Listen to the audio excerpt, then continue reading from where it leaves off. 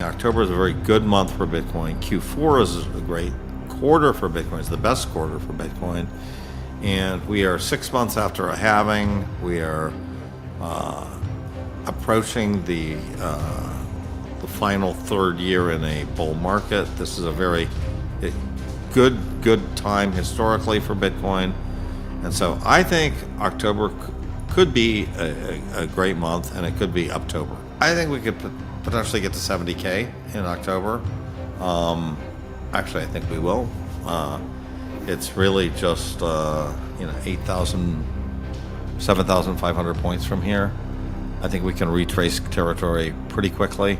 So I'm bullish in the short term. I'm very, very bullish in the long term, but right now I'm kind of bullish in the short term too. So October, here we come. Krueger begins by recounting Bitcoin's rough start in October, where the price dropped from $63,000 to a low of 58,800ers within days.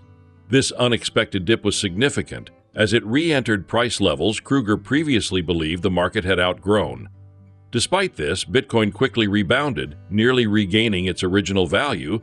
He stresses that historically, October and Q4 have been favorable periods for Bitcoin. With only 2 negative Octobers in the past decade, and even those with mild losses, seasonality suggests a positive outlook.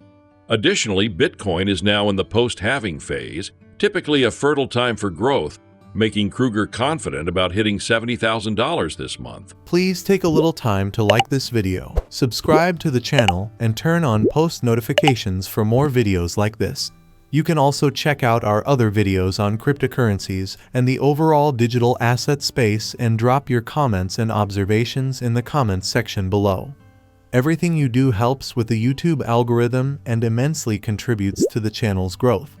Thanks and enjoy the video. We started October at 63,000, and we promptly dropped 1,000 points the first day of October, and it has been a bloodbath since then.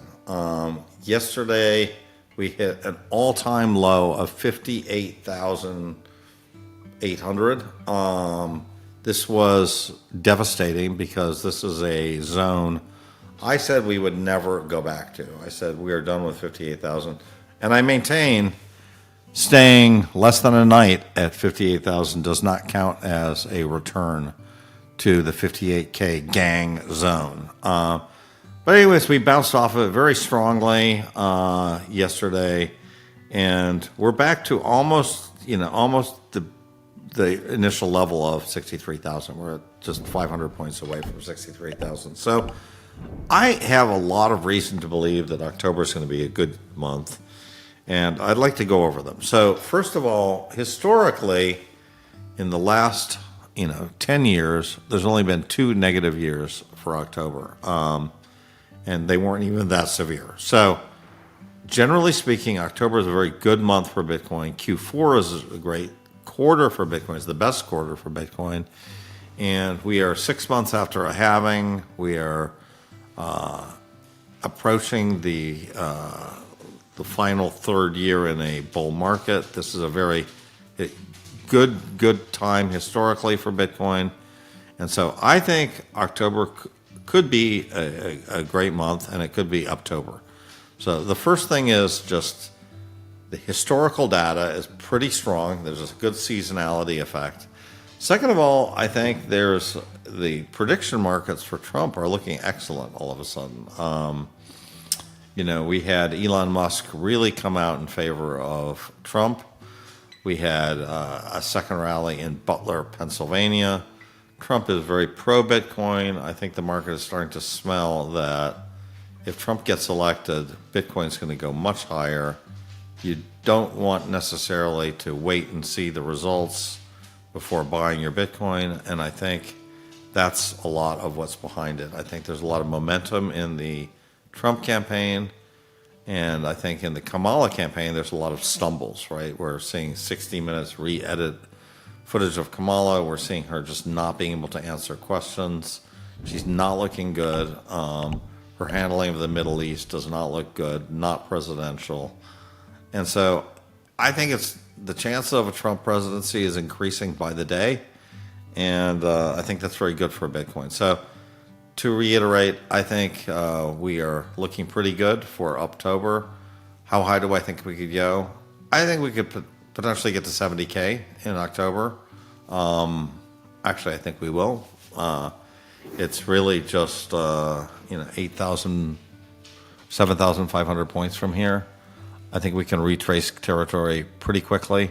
So I'm bullish in the short term. I'm very, very bullish in the long term, but right now I'm kind of bullish in the short term too. So October, here we come. Anthony Scaramucci shifts focus to the burgeoning field of tokenization, predicting that Avalanche and Solana will play pivotal roles in transforming real-world assets into digital tradable tokens.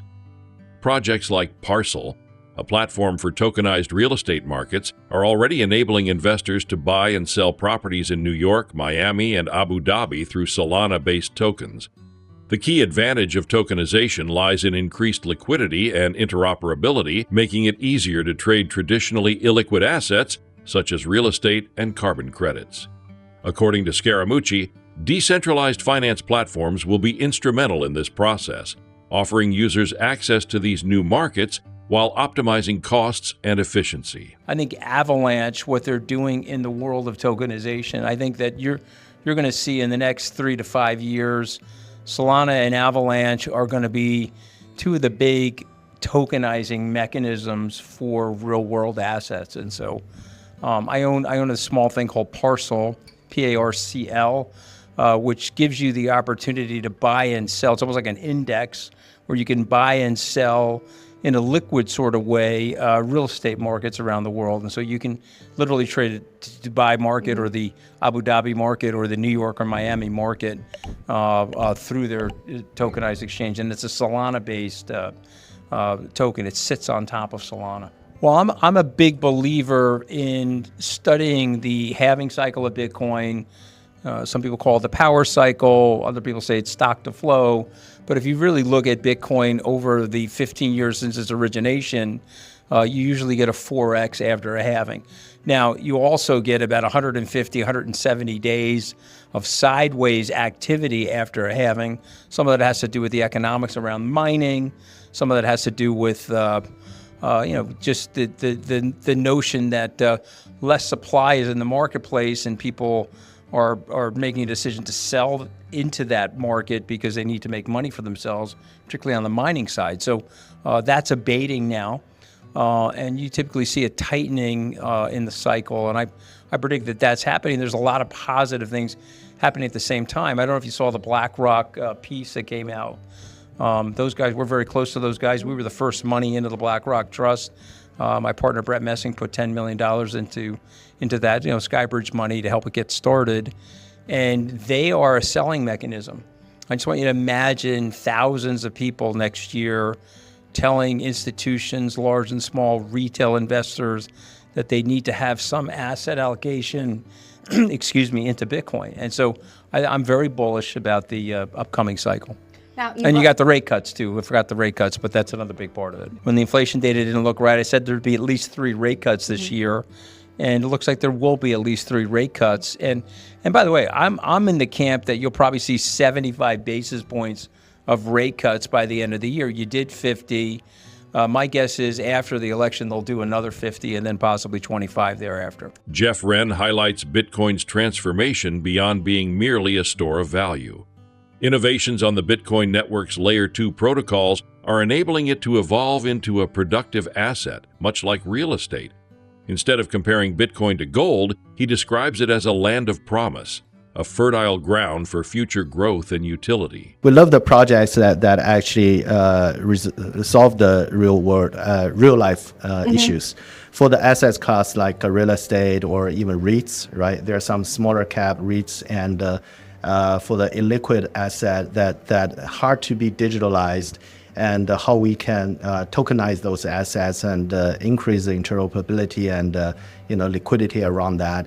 I think those are the ones that we like. And also for those asset class that are huge, that can potentially increase the entire size of the crypto asset, which is only 2.5 trillion at the moment. If we see any asset class that can be tokenized and increase that crypto asset, we love it. That comes down to carbon, that comes down to IP rights, comes down to, you know, all these oil, energy related products. Imagine that we can trade different positions in the financial instrument and tokenize those positions, and you know, start trade on a, you know, decentralized or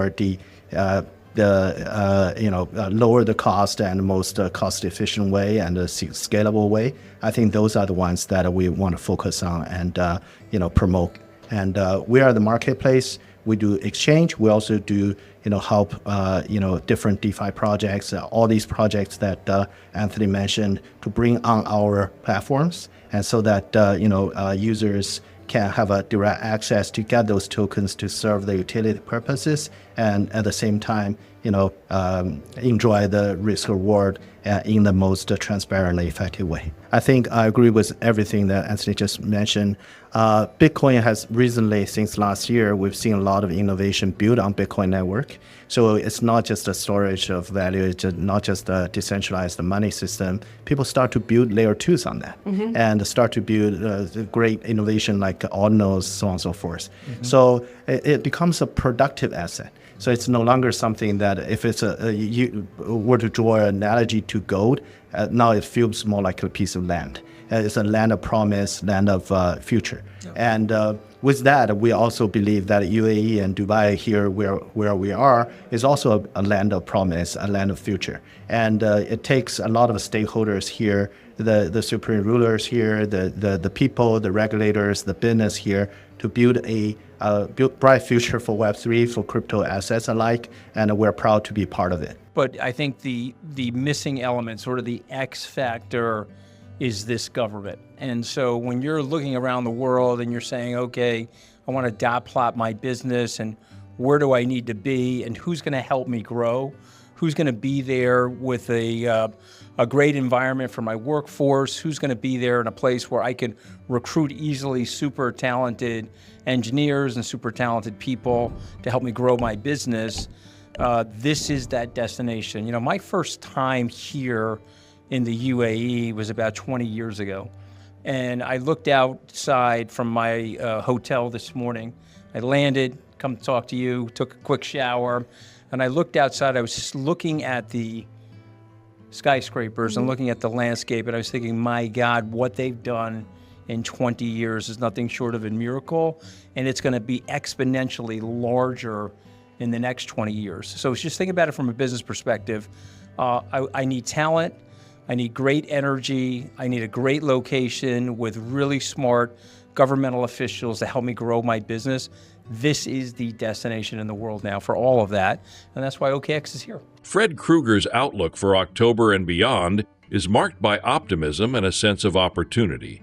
He firmly believes that Bitcoin is well positioned to reach new highs, with political developments, institutional interest, and innovative tokenization projects serving as catalysts.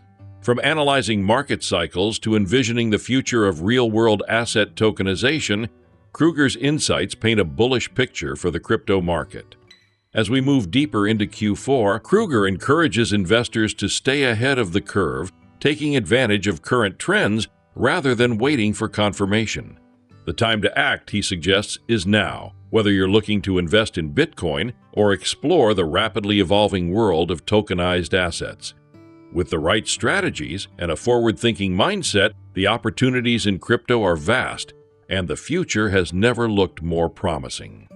Please like and subscribe my channel.